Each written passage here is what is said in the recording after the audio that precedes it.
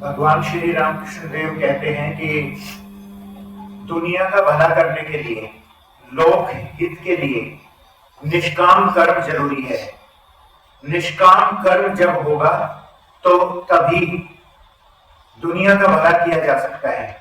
अगर निष्काम कर्म नहीं है तो दुनिया का भला यानी लोक हित नहीं किया जा सकता। जब भी लोक हित में अपना व्यक्तिगत हित मिला लिया जाएगा, वो कर्म दूषित हो जाता है। व्यक्तिगत हित लोक हित के कर्म में होना ही नहीं चाहिए, और ये तभी संभव है जब कोई भी व्यक्ति इस तरीके से कर्म करे कि उसमें उसका व्यक्तिगत हित बिल्कुल भी न हो। और इसके लिए ईश्वर की अनुकंपा होनी बेहद ज्यादा जरूरी है। तो इसलिए साधनाएं करनी पड़ती हैं, और ईश्वर का लाभ लेने के लिए व्यक्ति को कभी कभी एकांतवास भी करना चाहिए। ये श्री रामकृष्ण देव का कहना है, और इसी के अनुसार तभी लोकहित हो सकता है, तभी लोक शिक्षा दी जा सकती है, जब इस प्रकार की भावना हो और इस प्रकार का कर्म हो। तो आज के इस प्रसंग में इसी बात पर प्रकाश डाला गया है। श्री रामकृष्ण ने कहा, तुम लोग दुनिया का भला करने की बातें करते हो। क्या दुनिया इतनी छोटी है, और तुम कौन हो दुनिया का भला करने वाले? साधना के द्वारा ईश्वर का साक्षात्कार कर लो, उनका लाभ कर लो। वे यदि शक्ति दें तो सबका हित कर सकोगे, अन्यथा नहीं। एक भक्त ने कहा, जब तक ईश्वर लाभ न हो जाए तब तक क्या सब कर्म त्याग दें? श्री रामकृष्ण ने कहा, नहीं, कर्मों का त्याग क्यों करोगे? ईश्वर का चिंतन, उनका नाम गुणगान, नित्य कर्म, यह सब करना पड़ेगा। एक भक्त ने कहा, संसार का कर्म, वैश्विक कर्म? श्री रामकृष्ण देव ने कहा, हाँ, वह भी करो। संसार यात्रा के निर्वाह के लिए जितना आवश्यक हो उतना ही, परंतु निर्जन में रो रो कर ईश्वर से प्रार्थना करनी होगी, ताकि इन कर्मों को निष्काम भाव से किया जा सके। हे ईश्वर, मेरे विषय कर्म कम कर दो, क्योंकि प्रभु मैं देख रहा हूँ कि ज्यादा कामकाज के आ पड़ने से मैं तुम्हें भूल जाता हूँ। सोचता हूँ कि मैं निष्काम कर्म कर रहा हूँ, पर वह सकाम हो जाता है। दान धर्म आदि अधिक करने गए कि नाम कमाने की इच्छा जागृत हो जाती है। शंभू मलिक अस्पताल, दवाखाना, स्कूल, रास्ते, तालाब आदि बनवाने की बात कह रहा था। मैंने कहा, जो काम सामने आ पड़ा है, किए बिना नहीं चल सकता, उसी को निष्काम होकर करना चाहिए। जानबूझकर ज्यादा कामों में उलझना ठीक नहीं, इससे ईश्वर का विस्मरण हो जाता है।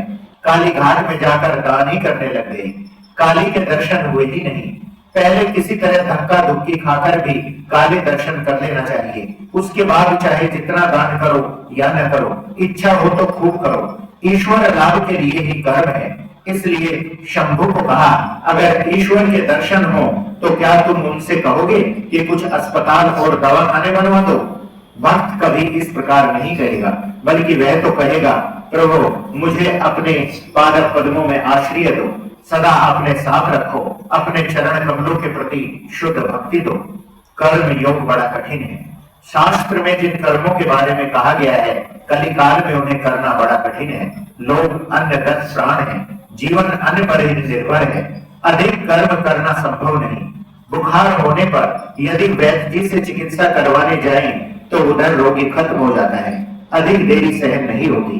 आजकल डी गुप्त का जमाना है। कलयुग में उपाय है भक्ति योग, भगवान का नाम गुणगान और प्रार्थना। भक्ति योग ही युग धर्म है। तुम लोगों का मार्ग भी भक्ति मार्ग ही है। तुम लोग हरि नाम संकीर्तन करते रहो, जगदम्बा का नाम गुणगान करते रहो, तुम धन्य हो। तुम्हारा भाव बहुत अच्छा है। वेदांतवादियों की तरह तुम लोग संसार को स्वप्नवत नहीं मानते। तुम उसी तरह के ब्रह्म ज्ञानी नहीं हो, तुम भक्त हो। तुम ईश्वर को व्यक्ति मानते हो, यह भी अच्छा भाव है। तुम लोग भक्त हो, व्याकुल होकर ईश्वर को पुकारने से उनके दर्शन अवश्य पाओगे। अब जहाज कोयला घाट लौट आया। सब लोग उतरने की तैयारी करने लगे। कमरे से बाहर निकलते ही सबने देखा, खोजगारी पूर्णिमा का पूर्ण चंद्र हंस रहा है। भागीरथी के जल पर मानो उसकी ज्योत्सना का लीला विलास चल रहा है। श्री रामकृष्ण के लिए गाड़ी मंगवाई गई। कुछ देर बाद मास्टर और एक दो भक्तों के साथ श्री रामकृष्ण गाड़ी में बैठे। केशव के भतीजे नंदलाल भी गाड़ी में बैठे। थोड़ी दूर तक साथ जाएंगे। जब सब जन गाड़ी में बैठ गए तब श्री रामकृष्ण ने पूछा, वे कहाँ हैं? अर्थात केशव कहाँ हैं? देखते ही देखते केशव आ खड़े हुए। चेहरे पर मुस्कान थी। आकर पूछा, कौन कौन साथ जा रहे हैं? गाड़ी में सब बैठ जाने पर केशव ने भूमिष्ठ होकर श्री रामकृष्ण की पद धूलि ग्रहण की। श्री रामकृष्ण ने भी स्नेहपूर्ण शब्दों में विदा ली। गाड़ी चलने लगी। यह अंग्रेजों का मोहल्ला है। सुंदर राजमार्ग है। दोनों ओर सुंदर सुंदर इमारतें हैं। पूर्ण चंद्र उदित हुआ है। इमारतें मानो चंद्र की विमल शीतल किरणों में विश्राम कर रही हैं। दरवाजों पर गैस बत्तियां, कमरों के भीतर दीप मालाएं जगमगा रही हैं। जगह जगह पर हारमोनियम, पियानो के साथ अंग्रेज महिलाएं गा रही हैं। श्री रामकृष्ण आनंद से मृदु हास्य करते हुए जा रहे हैं। एक जगह एकाएक बोल उठे, मुझे प्यास लग रही है, क्या किया जाए? नंदलाल ने इंडिया क्लब के पास गाड़ी रुकवाई और ऊपर जाकर कांच के गिलास में पानी ले आए। श्री रामकृष्ण ने मुस्कुराते हुए पूछा, गिलास धोया है मैं? नंदलाल के हाँ कहने पर श्री रामकृष्ण ने उस गिलास का पानी पी लिया। आपका बालक जैसा स्वभाव है। गाड़ी के चलने लगते ही बाहर झांक कर आसपास के मनुष्य गाड़ी, घोड़े, चांदनी आदि देखने लगे। हर एक बात में आनंदित हो रहे हैं। नंदलाल कलुटोला में उतरे। श्री रामकृष्ण की गाड़ी सिमुलिया स्ट्रीट में श्री सुरेश मित्र के मकान के सामने आ पहुंची। श्री रामकृष्ण इन्हें सुरेंद्र कहा करते थे। सुरेंद्र श्री रामकृष्ण के परम भक्त हैं, परंतु सुरेंद्र घर में नहीं है, अपने नए बगीचे में गए हैं। घर के लोगों ने बैठने के लिए नीचे का कमरा खोल दिया। गाड़ी का किराया देना होगा, कौन देगा? अगर सुरेंद्र होते तो ही देते। श्री रामकृष्ण ने एक बात से कहा, किराया घर की स्त्रियों से मांग लो। क्यों? क्या वे नहीं जानती कि उनके पति वहां आया जाया करते हैं? नरेंद्र उसी मोहल्ले में रहते हैं। श्री रामकृष्ण ने नरेंद्र को बुला लाने कहा। घर वालों ने श्री रामकृष्ण को दूसरे मंजिले पर ले जाकर बैठाया। कमरे की फर्श पर बिछाया बिछी हुई है। उस पर दो चार तकिए रखे हैं। दीवार पर सुरेंद्र के द्वारा विशेष प्रयत्न पूर्वक बनवाया हुआ तैल चित्र है, जिसमें श्री रामकृष्ण केशव को हिंदू, मुसलमान, ईसाई, बौद्ध आदि सब धर्म तथा वैष्णव, शाक्त, शैव आदि सब संप्रदायों का समन्वय दिखला रहे हैं। श्री रामकृष्ण प्रसन्न बैठकर मुस्कुराते हुए बातचीत कर रहे हैं। इतने में नरेंद्र आ पहुंचे। अब तो श्री रामकृष्ण का आनंद मानो द्विगुणित हो उठा। आपने कहा, आज केशव सेन के साथ जहाज में बैठकर घूमने गया था। विजय था, ये सब लोग थे।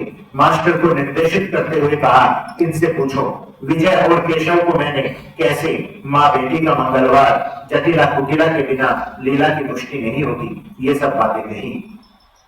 मास्टर ने कहा, जी हाँ। रात हो गई पर अब भी सुरेंद्र नहीं लौटे। श्री रामकृष्ण दक्षिणेश्वर जाएंगे।